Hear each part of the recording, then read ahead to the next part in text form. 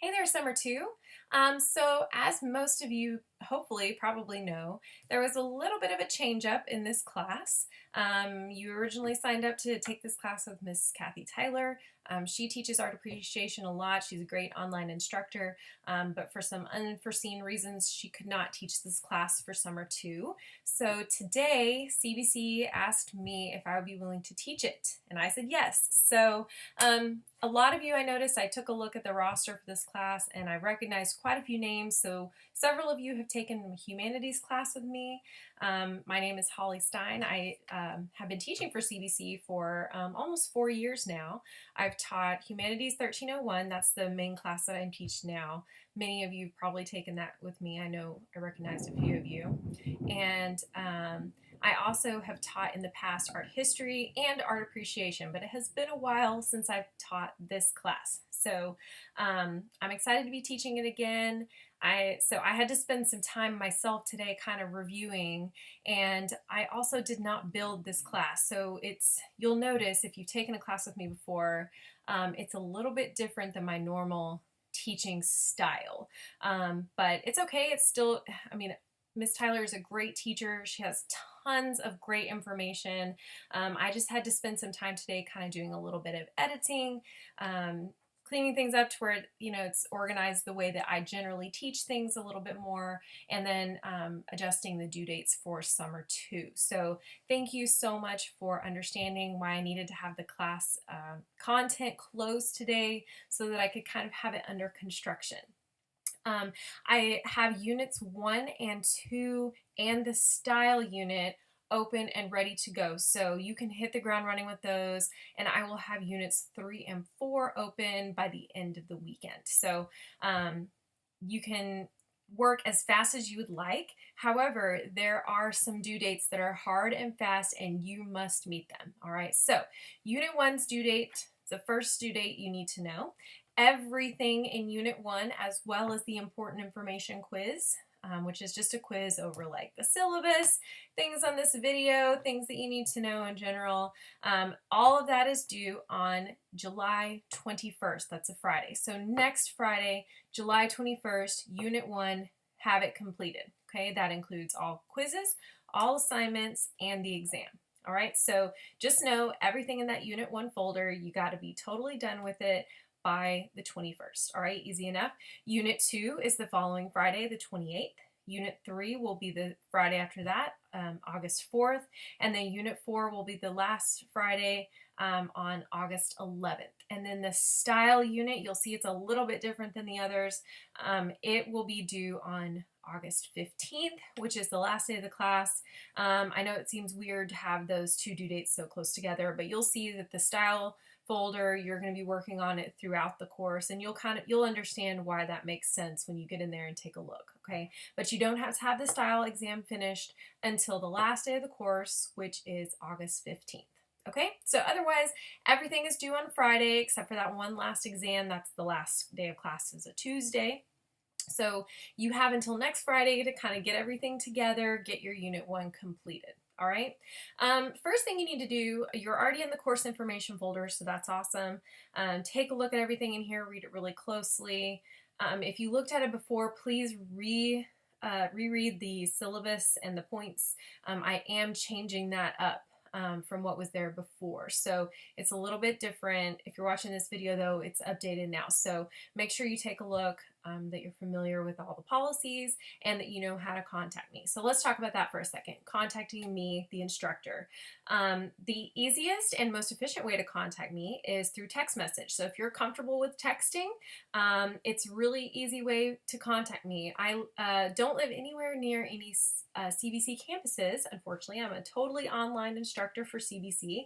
I live in San Antonio with my husband and our small daughter. So a lot of times if I'm taking care of my daughter, she's asleep, she's only 14 months old, I do have my phone on vibrate a lot. Sometimes I won't hear it if it rings. So be sure you leave me a voicemail.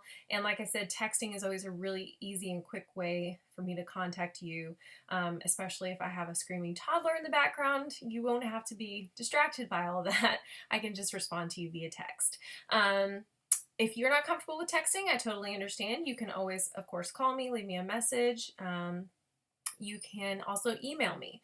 I would discourage you from using the mail tool in Blackboard. I know some teachers, including the one who usually teaches this course, uses that function a lot. I have not had good luck with it. Maybe it's gotten better. Maybe I need to look into it some more.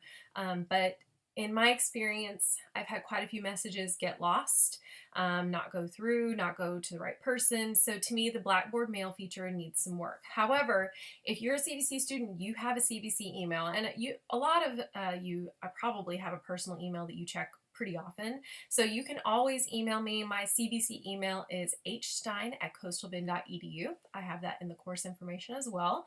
I check it every single day, so you can absolutely send me an email there and I will see your message. So I am generally very quick about responding. That's a huge part of my job in this class, especially since it's not face-to-face. So I'm not going to be making big, long lecture videos.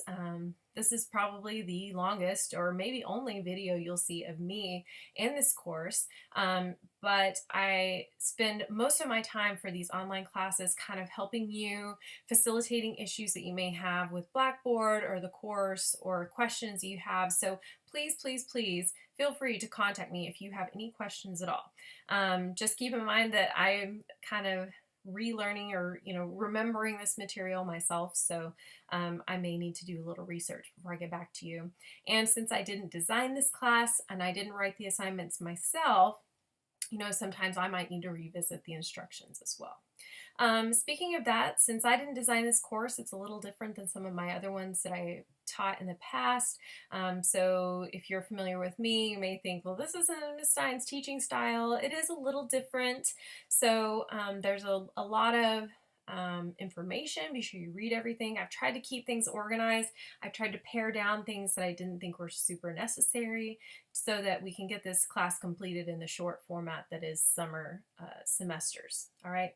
One other thing, you need your book.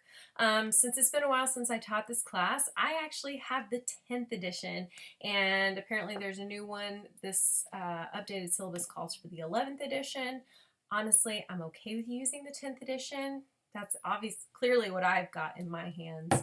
They're usually not that much different, but you should know that page numbers, sometimes are. So you got to be flexible if you're going to use an older edition of the book. But sometimes that's a much more cost-effective option for you. So if that's what works for you, it's fine with me. This is the 10th edition. The 11th edition probably looks different. It probably has a different cover. So don't freak out if your book does not look like this. It probably doesn't. If you ordered it through the CBC bookstore, probably doesn't look like this, okay? But Living with Art is the title by Mark Getling. So you need to get a copy of his text as soon as possible. You hopefully already have one in your hands because you need to start reading chapter 1 as soon as you can, because you've got to have unit 1, which is chapters 1, 2, and 3, finished by next Friday. So you need to either get on some Amazon 2-day shipping, get an e-version if you're cool with reading online, or maybe start calling around to see if any of your friends have taken this class and have their textbook still, okay? So get your book. All right, so we've talked about due dates, we've talked about the book. I want to talk about plagiarism really, really quickly because it's something that has come up in a lot of my classes lately, unfortunately. So I just want to make sure you understand the policy right here on day 1, okay? Plagiarism, if you don't know what that is when you steal someone else's work, essentially, and pass it off as your own. So that includes all types of copying and pasting, either from a friend or from the internet. So one of the things that I use to battle plagiarism is a tool that Blackboard offers called Safe Assign. And what it does is when you upload or write your work in the assignment pane, it will automatically check your work for plagiarism. It scans it and it can find if you are copying from another student or from the internet. So it'll give me a report, tells me the percentage of your work that seems to be really similar to something else that exists out there. And so if it's usually over 25%, I go take a look at the originality report and I see sometimes it pops up because maybe you've used quotes, which is totally fine if you're citing them. If you're quoting someone else, as long as you give them credit, you're good to go. However, remember the bulk of the work needs to be your own original ideas. So just put it in your own words. That's really important. It's really important for you to not steal other people's work. You wouldn't want anyone stealing your work, so just be sure that you don't do that. The CBC policy is that for your first offense, you get a 0. And then if you do it again, which I can't imagine why you would, but if you do, you'll get dropped from the class with an F. And unfortunately, I have to tell you that this has happened to one of my students before. So don't let you be the next one. Hopefully I would never have to deal with plagiarism again. That is my goal. So just don't plagiarize. It's really, really important. Do your best, write in your own words. All right? Okay, so if you have questions or concerns, please do not hesitate to contact me by phone, text, or email. I am here to help you. I'm excited that you're in the class. I'm glad the class didn't get canceled. I hope that you're glad too. I know summer classes are for people who are like on track to graduate, want to get done, have serious goals. So that's one reason I love teaching summer, because usually summer students are super motivated, and I love that. I love that about you guys. So you have a goal, remember, and you're making this commitment because you want to achieve something. So when it gets tough and when you have a lot of work due, just remember that there is a purpose behind you being in this class, all right? And I really hope that you enjoy it. Okay, so for now, I want you to go take a look at that style folder so that you can kind of see how, because we're going to be working on through the style folder through the whole course. So just kind of take a look at that, see what it's about. Don't open the exam because you can only take it one time. So, but you can look at kind of the practice quiz and some of the content in there, and then go get started on Unit 1. All right, Units 1 and 2 are open now. Units 3 and 4 will be open shortly, so you can work through the material as quickly as you would like, as quickly as you can. So if you have like next week off and you want to just burn through the whole thing so that you are free after that, that's totally fine with me. You know, whatever you can do, more power to you, but you must meet the deadlines. I do not accept any late work. So just make sure that you are in contact with me if you have any issues at all. All right. So I hope you guys enjoy the class. Have a great semester. And if you need anything, do not hesitate to contact me.